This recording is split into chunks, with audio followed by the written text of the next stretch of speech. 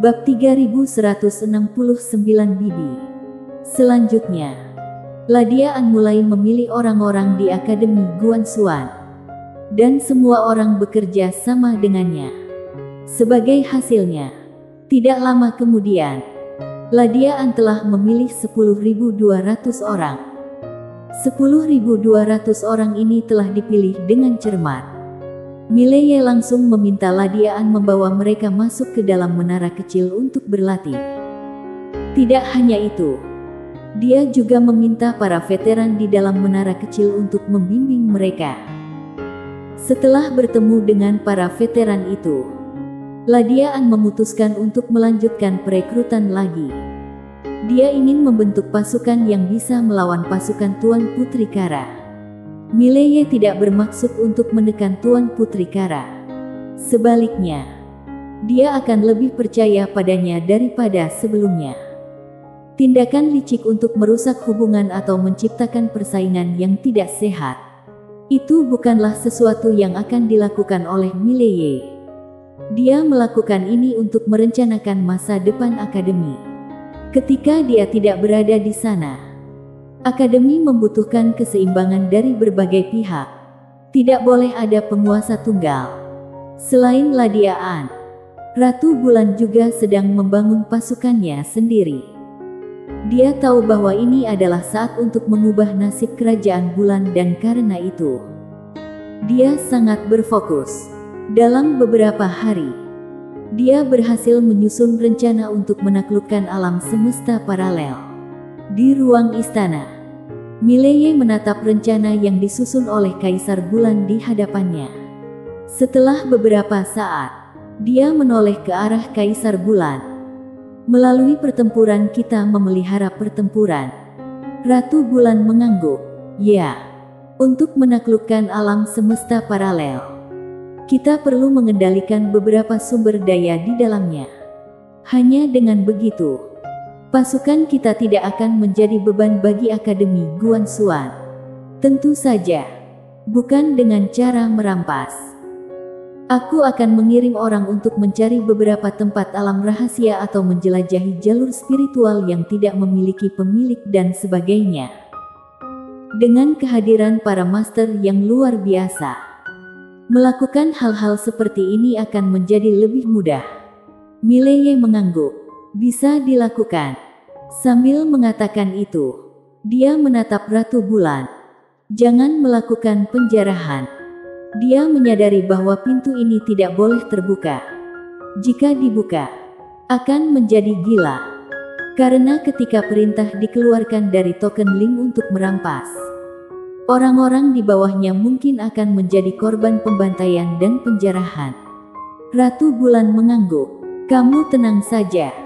Aku akan mengontrol orang-orang aku dengan baik. Mileye menatap Ratu Bulan. Niat awal kita adalah untuk membangun ketertiban baru di dalam satu alam semesta. Bukan untuk membantai dan merampok. Setelah kita menyelesaikan tugas dengan kekuatan terbesar di sana, semuanya akan menjadi lebih sederhana. Intinya, jangan mengacaukan satu alam semesta paralel. Ratu Bulan mengangguk sedikit. Aku mengerti. Mileye menyimpan rencana itu dan berkata, selanjutnya, mengenai urusan alam semesta paralel, kamu yang akan menjadi pemimpin. Ratu Bulan mengangguk. Terima kasih atas kepercayaanmu. Mileye tersenyum. Jika ada yang perlu bantuan, hubungi aku langsung. Ratu Bulan melihat Mileye sejenak, kemudian berkata, tentu. Mileye mengangguk. Lakukanlah pekerjaanmu. Ratu Bulan memberi salam ringan dan kemudian pergi meninggalkan ruangan. Mileye perlahan menutup kedua matanya. Pikiran Ratu Bulan lebih rumit daripada Tuan Putri Kara. Tuan Putri Kara menunjukkan pikirannya terang-terangan, sedangkan Ratu Bulan menyimpan pikirannya di balik layar. Mileye kembali menutup kedua matanya dengan perlahan. Intrik dan persaingan. Pada saat yang sama, kepala kecil tiba-tiba muncul di pintu besar aula. Mileye melihat ke arah suara itu. Dan yang datang adalah Laura. Laura tersenyum. Kakak. Mileye tertawa. Masuklah. Laura masuk ke dalam. Tanpa ada rasa sungkan, dia langsung berjalan ke depan Mileye. Kemudian dengan bebas memerhatikan Mileye. Kamu menjadi lebih kuat. Mileye tersenyum. Kamu juga. Laura langsung duduk di sampingnya. Lalu berkata, Kakak, bisakah kamu memberi aku sesuatu untuk dikerjakan? Mileye sedikit penasaran. Kamu ingin melakukan apa? Laura menatap Mileye. Bisakah aku memimpin sebuah pasukan? Mileye dengan tegas menggeleng. Sial. Sebenarnya, dibandingkan dengan Ratu Bulan dan Tuan Putri Kara, dia lebih takut pada si kecil ini. Orang ini bukan orang yang baik. Sekali mengendalikan pasukan, bukan hanya saat dia tidak berada, bahkan ketika dia masih di sini, mungkin saja si kecil ini memberontak. Laura tiba-tiba merasa kesal. Kamu begitu mewaspadai aku. Mileye menatap Laura dengan tatapan tajam. Jangan bermain-main dengan hal-hal seperti ini. Laura dengan senyuman kemudian berkata, ayo bicara yang serius. Aku melakukan banyak hal buruk di masa lalu. Sekarang aku ingin melakukan lebih banyak hal baik. Jadi, aku ingin mendirikan sebuah kelompok tentara bayaran. Jangan khawatir. Bukan jenis tentara bayaran yang seperti dulu, melainkan tentara bayaran yang resmi. Mileye melihat ke arah Laura tanpa berkata apa-apa. Laura dengan serius berkata, ada apa yang bisa aku rencanakan dengan niat jahat? Mileye menggeleng. Berikan alasan yang lain. Laura menatap tajam ke arah Mileye. Tadi orang itu bertanggung jawab untuk menaklukkan alam semesta paralel. Bukan. Mileye mengangguk. Laura berkata, jika dia ingin menaklukkan alam semesta paralel, dia akan membangun pasukan yang kuat. Jika aku menjadi dia, pasti akan menyisipkan banyak kegiatan pribadi. Artinya, meskipun pasukan ini di bawah bendera Akademi Guanxuan, mereka semua adalah orang kepercayaannya. Kakak, jika kamu di sini, tentu pasukan ini akan mendengarkanmu. Tetapi jika kamu tidak berada di alam semesta ini dan pergi ke alam ilusi dan alam asli, pasukan ini mungkin akan mendengarkan siapapun. Selain itu, Putri Kara juga mengendalikan pasukan. Pada saat itu, bagaimana dengan lembaga umum? Apakah hanya dengan pengawal Guanxuan cukup untuk menahan mereka berdua? Dia berhenti sejenak dan melanjutkan. Jadi, menurut pendapat aku, kita perlu membangun kembali sebuah pasukan. Aku yakin aku bisa melakukannya. Mileye memandang Laura tanpa mengucapkan sepatah kata pun. Laura melanjutkan, keseimbangan. Saat ini, Akademi Guanxuan paling membutuhkan adalah keseimbangan. Idealnya adalah tiga pihak saling menyeimbangkan. Lihatlah aku. Aku bisa menyeimbangkan keduanya. Itu benar-benar nyata. Mileye tersenyum. Begitu percaya diri. Laura menjawab dengan serius. Tentu saja. Mileye berpikir sejenak, lalu berkata, aku bisa membiarkanmu membentuk sebuah kelompok prajurit bayaran. Tetapi, kamu harus berjanji satu hal padaku. Laura mengangguk. Aku tahu. Kamu khawatir aku memberontak. Tenang saja. Aku bisa menyeimbangkan mereka. Mereka juga bisa menyeimbangkan aku. Tidak akan ada pemberontakan, kecuali aku bersekutu dengan salah satu pihak. Oh, maksudku, hal seperti itu tidak mungkin terjadi. Mileye tiba-tiba tersenyum. Jika suatu hari aku tidak berada di akademi ini, apakah kamu akan memperlakukan keturunanku dengan baik? Laura terdiam sejenak, lalu dengan tenang berkata, jika kamu tidak berada di akademi, maka akademi ini bagi aku tak lagi memiliki arti. Mileye terdiam. Laura tersenyum. Apakah kamu khawatir aku akan memberontak setelah kamu pergi? Mileye menggeleng. Kamu tidak akan melakukannya. Laura menatap Mileye. Mengapa? Mileye berbicara dengan lembut. Karena bahkan jika aku membuatmu menjadi dekan, kamu tidak akan tertarik. Laura tetap diam tanpa berkata-kata. Mileye tersenyum ringan. Aku menganggapmu sebagai keluarga. Setelah beberapa saat diam, Laura berkata, sama juga aku. Mileye tertawa. Jika kamu ingin membentuk kelompok tentara bayaran, maka bentuklah. Laura tersenyum lebar. Baiklah. Nama kelompok tentara bayaran yang aku bentuk sudah terpikir.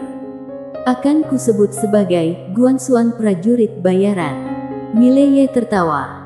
Setelah dibentuk, apa yang ingin kamu lakukan?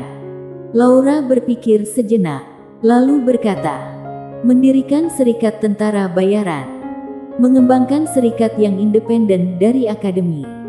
Aku pikir dunia ini membutuhkan tentara bayaran. Mereka dapat melakukan banyak hal. Tentu saja, aku akan membatasi serikat ini. Berusaha untuk tidak terlibat dalam tindakan membunuh dan merampok. Selain itu, di alam semesta ini sudah ada banyak tentara bayaran. Tetapi semuanya terpecah belah. Aku pikir, aku bisa menyatukan mereka. Mileye, setelah sejenak terdiam, berkata, apa yang kamu butuhkan dari aku?